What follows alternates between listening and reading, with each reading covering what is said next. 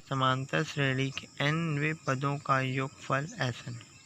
ये क्या है हमारा योगफल। योगफल का ये सूत्र है। तो योगफल को Sn से प्रदर्शित करते हैं। तो Sn बराबर n/2 फिर ब्रैकेट 2a प्लस n-1d। अब यहाँ एक और सूत्र है Sn बराबर n/2a प्लस l। जब यहाँ पर हमें अंतिम पद l का मान ज्ञात हो, इसमें l का मान ज्ञात नहीं है, इसमें l का मान ज्ञात है। तो जब अंतिम पद l का मान ज्ञात होगा तब हम ये वाला सूत्र लगाएंगे, नहीं तो हमारी ये वाले सूत्र में हल हो जाएगा। ठीक है दोस्तों, तो हम पहला क्वेश्चन को देखते हैं। पहले में क्या दिया है, निम्नलिखित समांतर श्रेणियों का योग ज्ञात कीजिए। हमें यहाँ पर योगफल Sn ज्ञात करना है। ठीक है दोस्तों, तो मैं आपको पहला क्वेश्चन बताता हूँ। पहला का पहला क्या दिया है, 9, 12, 15 16 पदों तक। तो दिया है 9, 12, 15 16 पदों तक। तो हमारा प्रथम पद क्या हो जाएगा, a बराबर 9 सर्वांतर t2 माइनस t1। दूसरे पद से पहले पद को घटाते हैं तो 12 माइनस 9, तो d बराबर हो जाएगा 3, घटेगा तो। और पदों की संख्या कितनी, n बराबर 16। हमें योगफल क्या है ज्ञात करना है। ठीक है दोस्तों, तो 16 पदों के लिए तो Sn योगफल बराबर एक फल का सूत्र लगाएंगे n/2 फिर ब्रैकेट 2a प्लस n-1d। यहाँ में अंतिम पद का मान ज्ञात नहीं है, इसलिए हम ये वाला सूत्र लगाएंगे। तो n की जगह में आएगा 16, n की जगह में 16 और a बराबर कितना दिया 9 और n का मान दिया 16 और d बराबर दिया 3। तो 16/2 2 गुणित 9 प्लस 16 माइनस 1 और 3। तो देख कम 2 8 16, फिर 8 आ गया और 9 दूनी 18 हो गया और 16 में एक घटा तो कितना आ गया, 16 में घटा तो 15। तो 18 प्लस 16 में घटेगा तो 15 और सर्वांतर का डी तो 3, 15 गुणित 3 तो 15, 8 गुणित यहाँ 15 दिया 45, 45 और 18 हो गया 63, तो बचा 8, तो 8 गुणित 63 तो वही आ गया हमारा 504। ये हो जाएगा हमारा आंसर। ठीक है दोस्तों, और मेरे को विश्वास है कि आपको दूसरा वाला जो क्वेश्चन मैं आपके लिए छोड़ा हूँ आपसे बन जाएगा। तो मैं अब तीसरा बताता हूँ, अगर नहीं बनेगा तो आप बताना, मैं बताऊँगा आपको। तो अब देखते हैं तीसरा। तो दिया है 0.6, 1.7, 2.8 100 पदों तक। तो योगफल हमारा Sn ज्ञात करना है। तो हमारा प्रथम पद a बराबर कितना हो जाएगा 0.1 सर्वांतर d बराबर कितना हो जाएगा, दूसरे पद से पहला पद को घटाएंगे 1.7 माइनस 0.6 तो घट के आ जाएगा d बराबर 1.1। तो n बराबर कितना हो जाएगा 100 n पदों तक। तो n बराबर कितना है 100। तो सूत्र Sn योगफल बराबर कितना है n/2 2a प्लस n-1d। तो यहाँ हम n के जगह में 100, a के जगह में 2 और d के जगह में रखेंगे 1.1। तो n के जगह में कितना है 100/2, 2 गुणित 0.6 प्लस 100 माइनस 1 1.1। तो 2 कम 2, 2 पंचे 10, 2 शून्य शून्य आ गया 50, 0.6 और 2 का पूरा करें तो आ गया 1.2 और यहाँ घटा तो आ गया 99 गुणित 1.1। तो 1.2 प्लस यहाँ गुणा हुआ तो आ गया 108.9। ठीक है दोस्तों, तो 50 गुणित 110.1 जुड़ेगा तो फिर ये गुणा करेंगे तो आ जाएगा हमारा 5505। ये हो जाएगा हमारा आंसर। अब हम इसी में का क्या पांचवा क्वेश्चन देखते हैं। मैं चौथा आपके लिए छोड़ रहा हूँ और छठवां यहाँ मैं आपके लिए दूसरा छोड़ा हूँ, चौथा छोड़ा हूँ और छठवां। तो मेरे को लगता है कि आप बना लेंगे, अगर नहीं बनेगा तो आप बताना।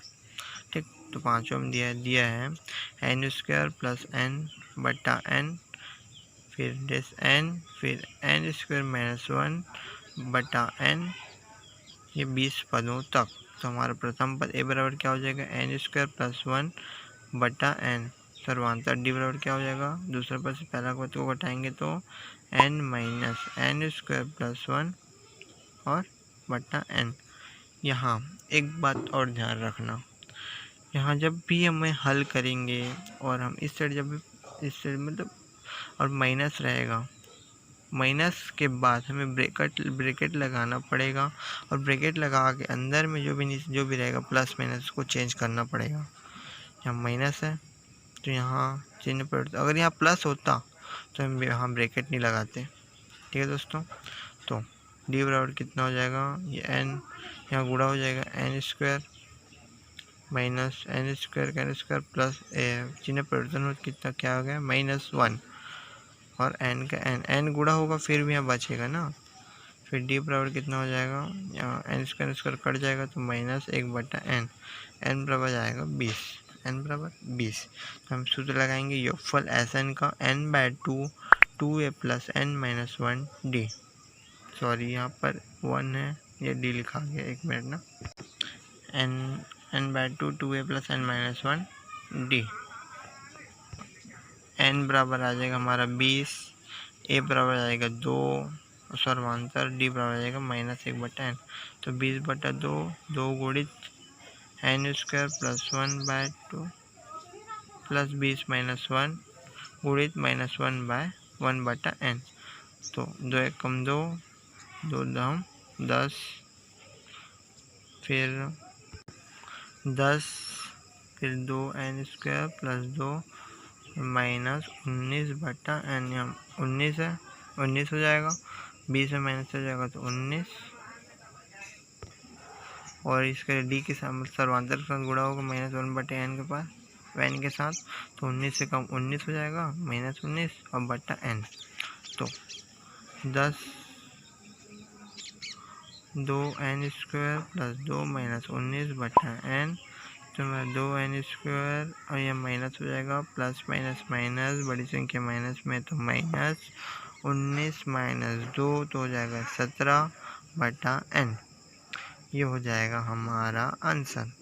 अगर आपको समझ नहीं आएगा तो आप बताना, मैं जैसे भी करके आपको समझाने की कोशिश करूँगा। ठीक है दोस्तों, दूसरे क्वेश्चन को देखेंगे। दूसरे क्वेश्चन में क्या दिया, 1046.5 योग प्राप्त करने के लिए समांतर श्रेणी 7 10 1/2 14 के कितने पद लेने होंगे। यहाँ पर जो 10 1/2 है इसको हम डायरेक्ट 21/2 भी लिख सकते हैं, 10 दूनी 20 और 1 21 और बटा 2।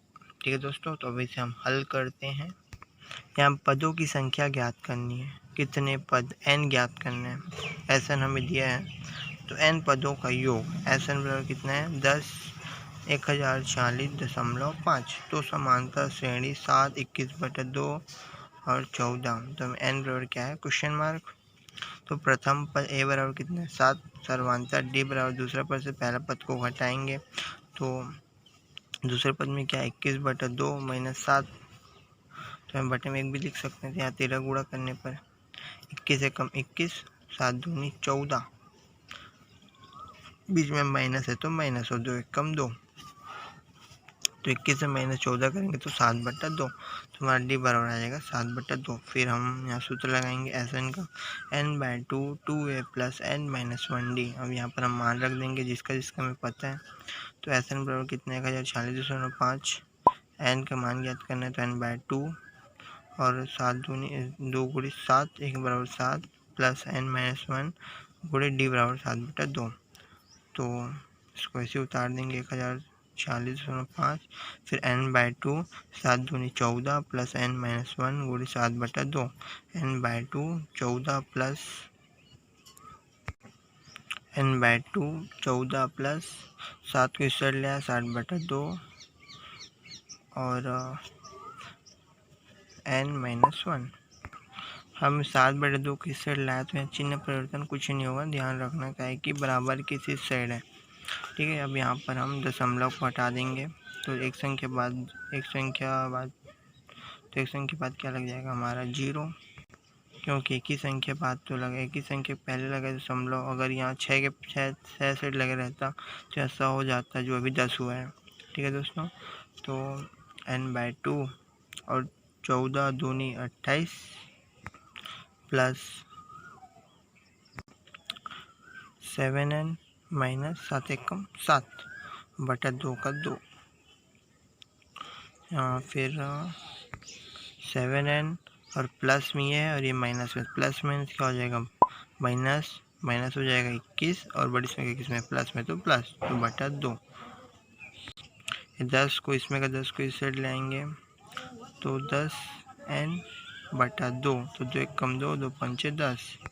और जो यहाँ का 2 है, यहाँ पर जो 2 था इसको इस साइड पक्षांतर कर देंगे और फिर जो ब्रैकेट के साइड इसमें सबका गुणा हो जाएगा, तो 7 पंचे 35 n स्क्वायर प्लस 21 पंचे 105।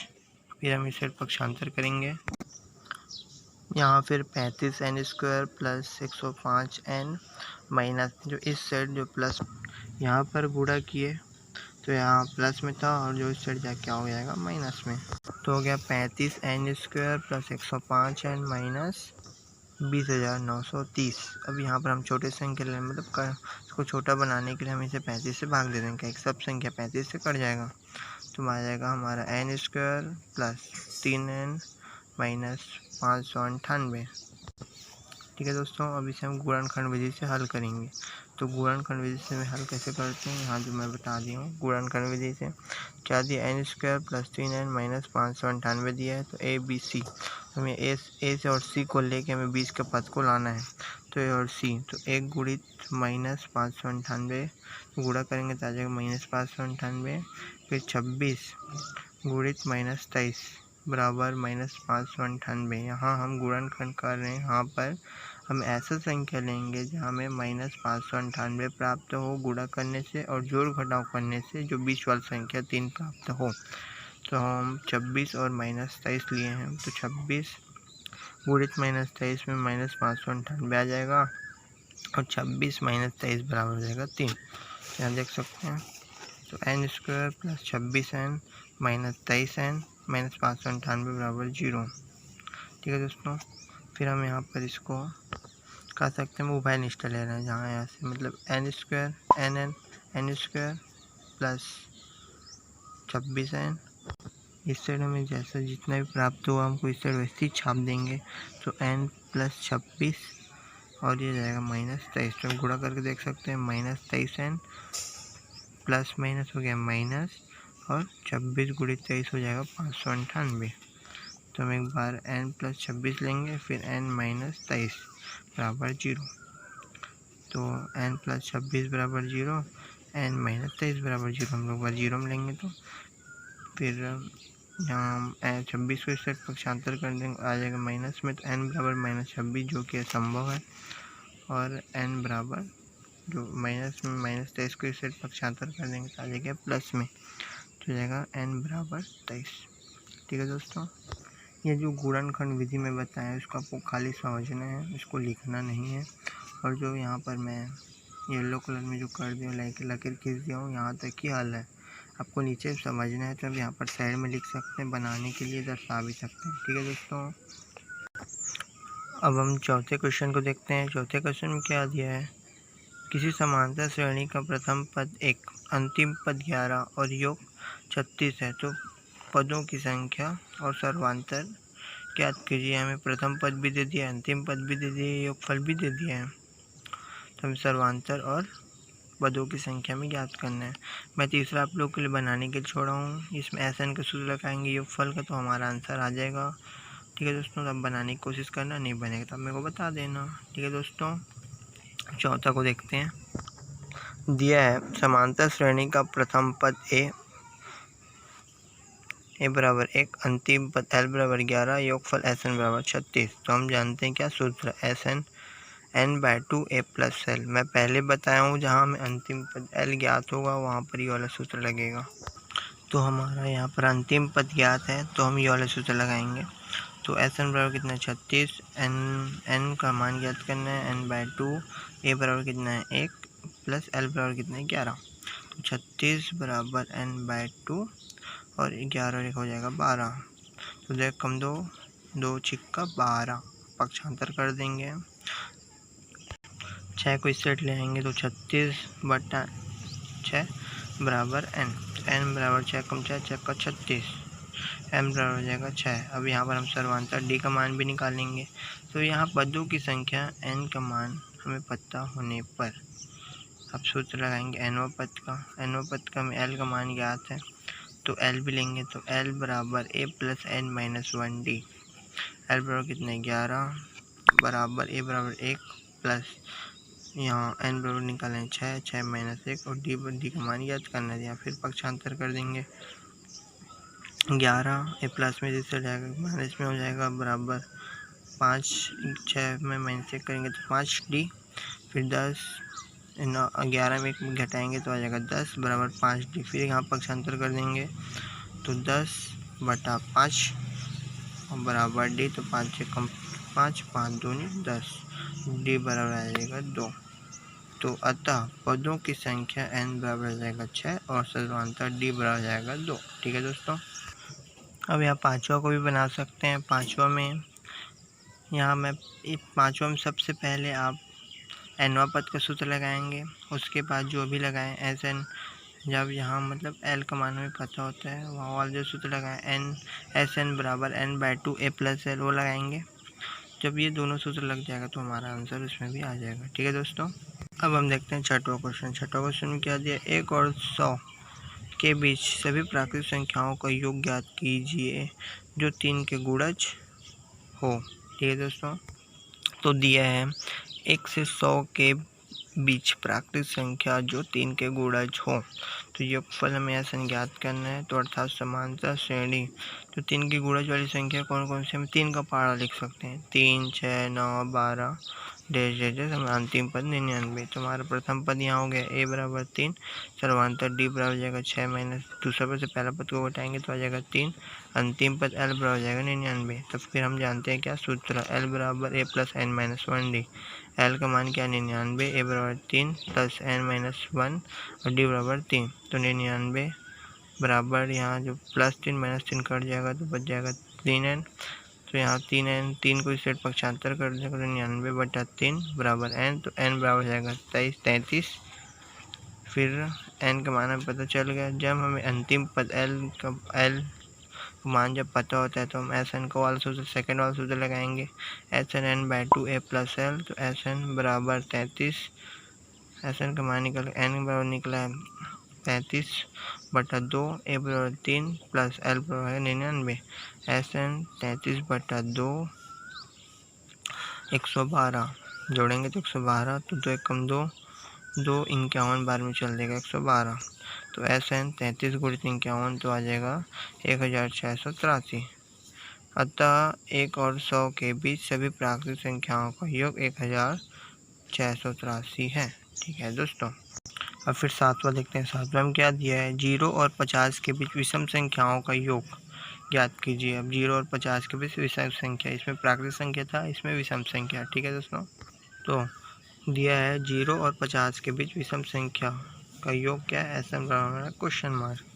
तो अर्थात समानता श्रेणी 1 3 5 49, ये हमारा 0 से 50 के बीच विषम संख्या है, तो आपको पता ही होगा। फिर प्रथम पद क्या है, a बराबर है 1 और सर्वांतर d बराबर है, दूसरा पद से पहला पद को घटाएंगे तो आ जाएगा हमारा 2, अंतिम पद l बराबर है 49। तब हम जानते हैं सूत्र क्या है, l बराबर a plus n minus 1d। तो l बराबर कितना 49, अब बराबर a बराबर कितना है 1 प्लस n माइनस 1 और 2 बराबर d बराबर कितना है 2। तो 49 बराबर 1 प्लस यहाँ गुणा होगा तो 2n माइनस 2। तो 49 बराबर यहाँ घटेगा तो माइनस में, तो माइनस 1 आ जाएगा, माइनस 2 में प्लस 1 जाएगा तो माइनस 1 आएगा, 2n माइनस 1। तो यहाँ पक्षांतर कर देंगे फिर इस साइड 1 को, तो 49 इस साइड क्या हो जाएगा प्लस में, तो 49 हो जाएगा 50, बच गया 2n। फिर n को इस साइड पक्षांतर कर देंगे तो 50/2, तो 2 1 कम 2 2 25 हम 50, तो n बराबर हो जाएगा 25।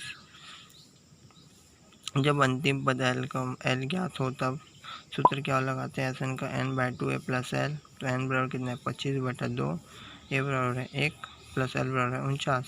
तो 25/2 और 49 हो जाएगा 50। 2 एकम 2, 2 25 हम 50 काट देंगे यहाँ पर, तो 25 गुणित 25, तो 25 गुणित 25 हो जाएगा 625। अतः 0 और 7 के साथ विषम संख्याओं का योग 625 है। ठीक है दोस्तों, अब हम 8वें क्वेश्चन को देखते हैं। 8वें क्वेश्चन में क्या दिया है, उस समांतर श्रेणी के पहले 51 पदों का योग ज्ञात कीजिए जिनका दूसरा पद 14 और तीसरा पद 18 है। मैं इसमें आप लोग को सर्वांतर और प्रथम पद निकाल के बताऊंगा और आप एसएन का सूत्र लगा के आप हल कर सकते हैं। ठीक है दोस्तों, तो दिया है समांतर श्रेणी का दूसरा पद क्या दिया, T2 मान लिया 14, तीसरा पद T3 18, तो सर्वांतर D, तो तीसरा पद से दूसरा पद को घटाएंगे तो 18 माइनस 14, तो D बराबर जाएगा 4। तो सर्वांतर D बराबर, यहाँ D का मान हम सर्वांतर में रख के D का मान रख के हम A का मान निकालेंगे। तो सर्वांतर D बराबर T2 माइनस T1, तो D बराबर दिया 4 बराबर T2 बराबर दिया 14 माइनस T1 बराबर दिया है, इस साइड पक्षांतर कर देंगे T1 को, तो 14 माइनस प्लस 4 को इस साइड पक्षांतर कर देंगे तो जाएगा -4, तो T1 बराबर 14 माइनस 4, तो आ जाएगा T1 बराबर जाएगा 10, तो ये हो जाएगा हमारा प्रथम पद। तो अब आगे का प्रोसेस देख सकते हैं, मैं आपको समझा नहीं रहा हूँ, मेरे को लगता है कि आप लोग को सर्वांतर और प्रथम पद पता होने पर आप आगे हल कर सकते हैं। आगे आप देख सकते हैं ऐसा हल होगा, सिंपल है। ठीक है दोस्तों, आई होप आपको समझ में आ गया होगा। दोस्तों अब हम 9वां क्वेश्चन देखते हैं। क्वेश्चन है, किसी समांतर श्रेणी के प्रथम 7 पदों का योग 49 और प्रथम 17 पदों का योग 289 है, तो n पदों का योग ज्ञात करना है। दोस्तों n पदों का योग ज्ञात करने के लिए हमें प्रथम पद और सर्वांतर का पता होना बहुत जरूरी है, तभी हम n पदों का योग ज्ञात कर सकते हैं। दोस्तों हमें क्वेश्चन में पता है 7 पदों का योग 49 और 17 पदों का योग 289 है, तो हम n पदों का योग का सूत्र लगाएंगे और हम इससे a और d अर्थात प्रथम पद और सर्वांतर ज्ञात करेंगे। दोस्तों मैं आपको बताती हूँ कैसे बनेगा। तो अब हम 9वां क्वेश्चन देखते हैं। तो प्रथम पद है और सर्वांतर d, इसको माने हैं। हमें सूत्र पता है n पदों का योग पर बराबर n/2 बड़ा कोष्टक 2a प्लस कोष्टक छोटा कोष्टक में n-1 इंटू d। हमें पता है 7 पदों का योग 49 है, तो 7 पदों का योगफल कितना है, 49 है। इसका सूत्र लगाएंगे तो n की जगह 7 लगती है यहाँ पर और यहाँ पर, 7 में किया तो 6d। अब 7/2 का पक्षांतर किया तो 2/7 हुआ, 7 7 49 और 7 दूनी 14, 2a प्लस 6d। अब इसको हम बिल्कुल सीधा रख दिए, 2a प्लस 6d बराबर 14। कुछ नहीं किया, बस इसको यहाँ और इसको यहाँ रख दिए। दोस्तों देखिए 2, 6 और 14 ये तीनों ऐसी संख्या है जो 2 से कट जाएगी। हमें संख्या को छोटा कर सकते हैं तो कर देते हैं, 2 एकम 2, 2 3 6 और 2 7 14। तो इस तरह हमारा a प्लस 3d बराबर 7 एक समीकरण प्राप्त हो गया। अब हम दूसरा समीकरण प्राप्त करने के लिए देखिए, 17 पदों का योग 289 है, तो 17 पदों का योग कितना है, 289 है। n की जगह हमने 17 रख दिया, 17 में 1 घटाया तो 16 आ गया। 17/2 का पक्षांतर किया तो 2/17 आ गया। 17 एकम 17, 28 में 17 घटाया तो 19, 119 बन गया। 17 7 119, 17 में 2 को घटाया तो 34, 17 में 2 का गुणा किया तो 34, 2a प्लस 16d। अब इसको सीधा रख दिए, 2a प्लस 16d बराबर 34।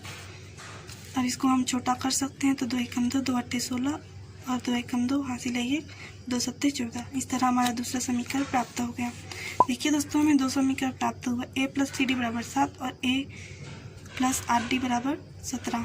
देखिए दोस्तों अब हमें इस 2 समीकरण से a और d का मान प्राप्त करना है। तो हम देख सकते हैं कि a और a की गुणांक सेम है और चिन्ह भी सेम है। गुणांक सेम है दोस्तों, तो हम इसको आसानी से कटा सकते हैं। क्योंकि यहाँ चिन्ह से हमें इसीलिए प्लस को माइनस कर दिए, तो एक को माइनस किए, बाकी सबको चिन्ह परिवर्तन करना पड़ेगा, प्लस का माइनस और प्लस का माइनस। तो यहाँ माइनस होता तो ये चिन्ह परिवर्तन में प्लस हो जाता। याद रखिएगा इस बात को। प्लस माइनस ए सेम होने के कारण कट गया, प्लस माइनस माइनस, 8 में 3 गया तो 5 बड़ी संख्या के सामने माइनस है इसीलिए माइनस, प्लस माइनस माइनस हो गया। तो हम घटाएंगे, 17 में 7 घटाएंगे तो 10 बड़ी संख्या के सामने माइनस है इसीलिए माइनस। बराबर के दोनों पक्ष में समान चिन्ह है इसीलिए यह कट गया। 5d बराबर 10 बच गया। 5 का पक्षांतर किया तो 5 एकम 5, 5 दूनी 10। इस तरह हमें d का मान पता चल गया 2। d का मान समीकरण 1 में रख दिए तो a प्लस 3d बराबर 7, तो d की जगह 2 रख दिए, 3 दूनी 6 आ गया।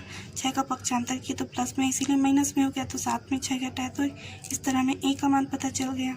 इस तरह हमें प्रथम पद a और सर्वांतर d पता चल गया। सर्वांतर d बराबर 2 पता चल गया। अब हम n पदों का योग ज्ञात करेंगे। तो n पदों का योग तो वही रहेगा, वही सूत्र रहेगा। a की जगह 1 और d की जगह 2 रख दिए, तो 1 कम 2, 2 का गुणा करेंगे n-1 के साथ, तो 2n माइनस 2 1 कम 2, -2 और +2 कट गया, तो यहाँ क्या बच गया 2n। ये कोष्ठक हटाते हैं तो गुणा चिन्ह लगते हैं, तो 2 और 2 कट गया, तो n का 2 बार गुणा करेंगे तो n² आएगा।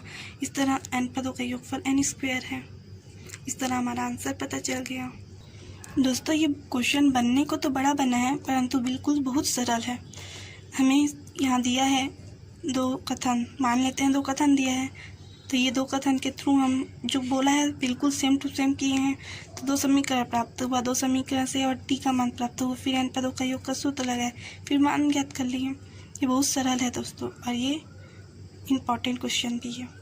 दोस्तों 10वां क्वेश्चन भी बिल्कुल 10वां क्वेश्चन में हमें प्रथम पद, द्वितीय पद और अंतिम पद पता है, अर्थात हमें समांतर श्रेणी प्राप्त हो गई।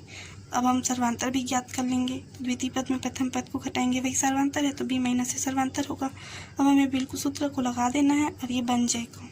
पर सबसे पहले हमें पदों की संख्या ज्ञात करनी है, तो अब पदों की संख्या का सूत्र लगाइएगा, फिर पदों की संख्या ज्ञात होने के बाद श्रेणी का योगफल लगाइएगा, बन जाएगा। दोस्तों नहीं बनेगा 11वां क्वेश्चन भी बनाने की कोशिश करिएगा, और 12वां क्वेश्चन को भी बिल्कुल जैसा बोला है वैसे ही बनाइएगा।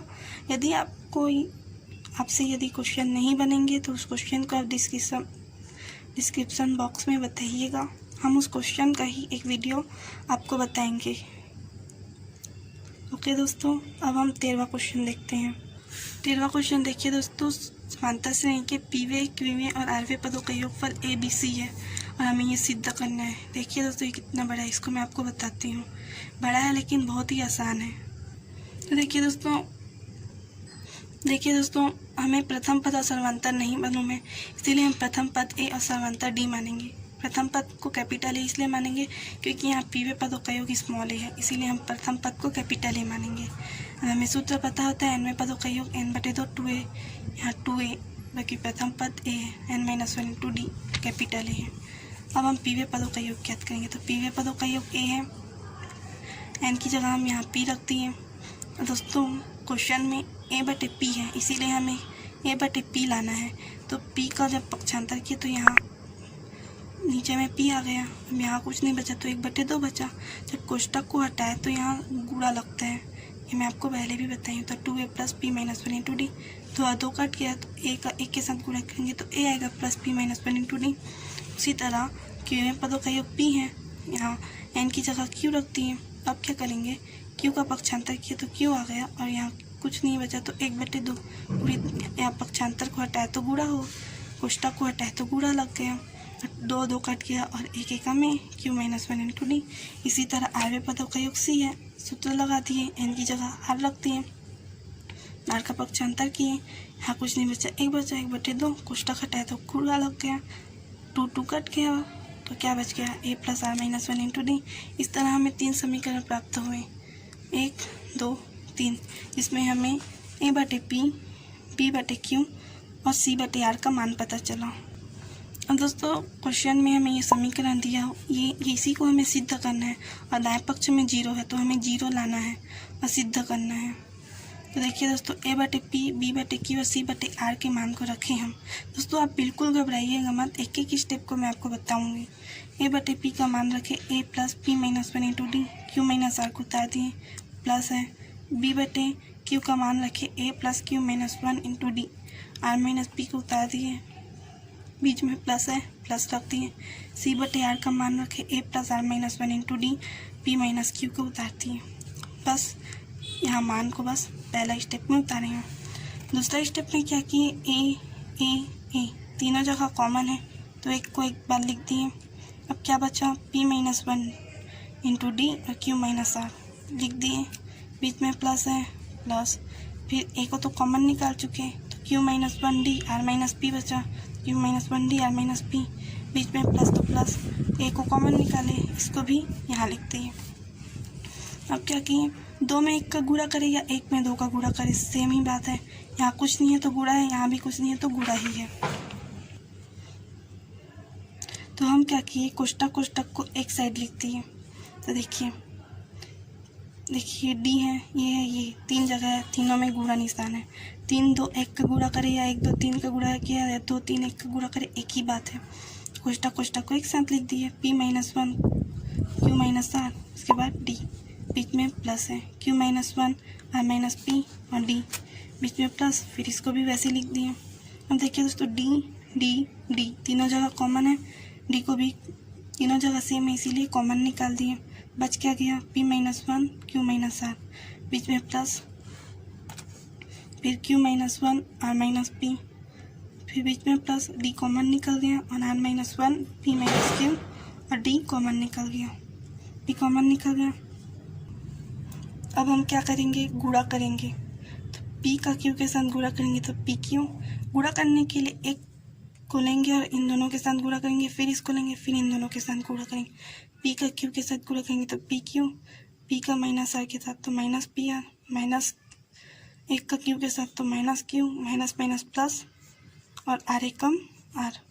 फिर उसी तरह से हम इसको भी Q का R के साथ गुणा करेंगे तो QR, Q का P के साथ गुणा करेंगे तो -PQ, -1 का R के साथ गुणा करेंगे तो -R, -1 का -P के साथ गुणा करेंगे तो माइनस माइनस प्लस होता है इसीलिए P प्लस P। R का P के साथ गुणा करेंगे तो PR, R का -Q के साथ गुणा करेंगे तो -QR, -1 का P के साथ गुणा करेंगे तो -P और माइनस माइनस प्लस और Q एकम Q। अब देखिए दोस्तों प्लस PQ और माइनस PQ प्लस और माइनस होने के कारण कट गया, -PR प्लस PR कट गया, -Q प्लस Q कट गया, plus R minus R cut गया, plus QR minus QR cut गया। इसी तरह सब कट गए तो क्या बच गया, 0 बच गया। दोस्तों अगर यहीं पास P/Q मान लीजिए P/Q ऐसे बटे में P/Q होता तो ये कटता तो 1 आता, ठीक है ना दोस्तों, लेकिन ये घट रहा है, प्लस यहाँ P/Q प्लस में ये माइनस P/Q है, ये घट रहे हैं तो घट रहे हैं इसीलिए 0 आया है, और अगर बटे में रहता तो 1 आता।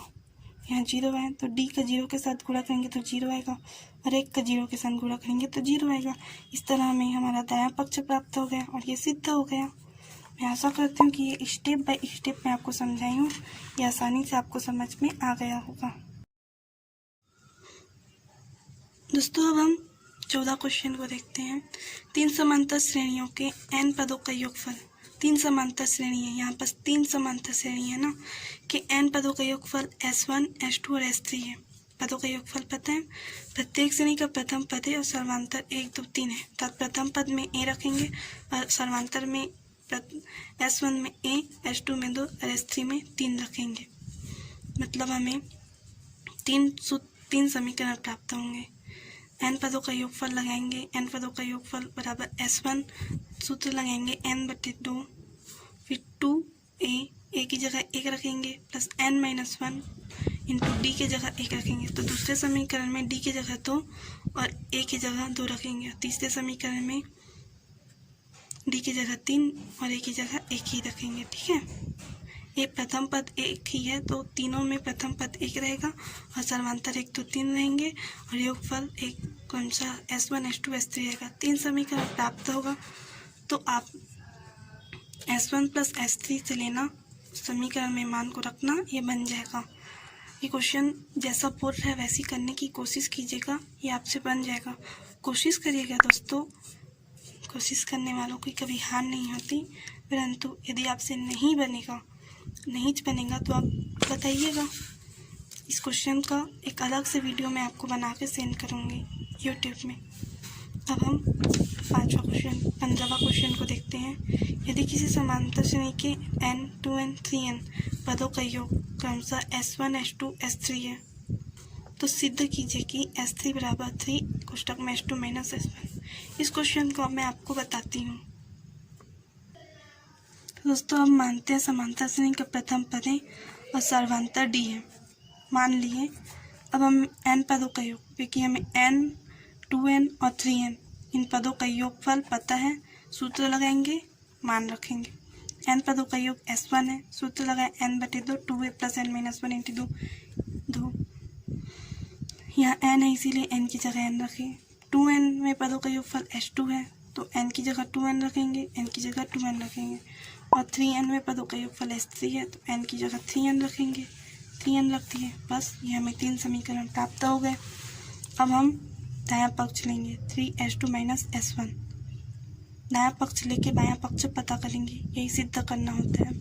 s2 का मान रखें 2n/2 कोष्टक में 2a + 2n - 1 × d। देख लीजिए दोस्तों, हमने यहाँ मान रख दिया, माइनस s1 का मान रख दिए। s1 का मान है n/2 2a + n - 1 × d, n/2 2a + n - 1 × d। s2 और s1 का मान रख दिए। अब हल करेंगे। n/2 कॉमन है, n/2 बाहर निकाल दिए कोष्टक के, बच क्या गया यहाँ 2, फिर 2a + n 2n - 1 × d minus 2a + n - 1 × d। अब हल करेंगे, ये 2 का गुणा होगा तो 2 दूनी 4a प्लस 2 दूनी 4n - 2 d का गुणा नहीं करना पड़ेगा क्योंकि d इसी के साथ है, माइनस फिर ये जो जैसा है वैसे उतार दिए। उसके बाद ये 3 का n के साथ गुणा किए तो 3n/2 आ गया। अब हम क्या करेंगे, घटाएंगे तो a का a के साथ घटाएंगे, 4a में 2a को घटाएंगे तो 2a आएगा, बड़ी संख्या के सामने प्लस है इसीलिए प्लस। अब dd कॉमन है, dd सेम है इसीलिए कॉमन निकालते हैं। अब 4n - 2 और n - 1 यहाँ प्लस यहाँ माइनस है, माइनस और प्लस माइनस हो गया इसीलिए घटाएंगे। 4n - 2 ये माइनस, फिर ये माइनस जब अंदर आएगा तो माइनस माइनस प्लस 1। 4n में n को घटाएंगे तो 3n आएगा, बड़ी संख्या के सामने प्लस इसीलिए प्लस। 2a में +1 को घटाएंगे तो -1 आएगा। d सेम 2 जगह होने के कारण कॉमन निकाले थे। अब देखिए दोस्तों 3n/2 2a + 3n - 1 × d बिल्कुल समीकरण 3 के जैसे दिख रहा है। 3n/2 2a + 3 - 1 × d, और ये भी बिल्कुल वैसे ही, तो हम इसको s3 लिख सकते हैं क्योंकि इसके बराबर में s3 है और ये बायां पक्ष है, तो इस तरह सिद्ध हो गया। दोस्तों क्वेश्चन में जैसे जैसे बोल रहे हैं यदि हम वैसी वैसी करते हैं तो ये क्वेश्चन बनने को बड़ा बनता है लेकिन होता बहुत ही सरल है। ये सभी बड़े क्वेश्चन हैं, बड़े दिख रहे हैं, बिल्कुल भी कठिन नहीं है। आप इसको पढ़िएगा, एक बार पढ़ने पर नहीं समझ में आएगा तो 2 बार पढ़िएगा, ये आपको समझ में आ जाएंगे, हल भी हो जाएगा, और नहीं बनने पर आप हमें बताइएगा। हम आशा करते हैं कि प्रश्नावली 3 के क्वेश्चन आपको समझ में आ गए होंगे। Thank you very much, thank you so much दोस्तों, इतना सपोर्ट करने के लिए थैंक यू।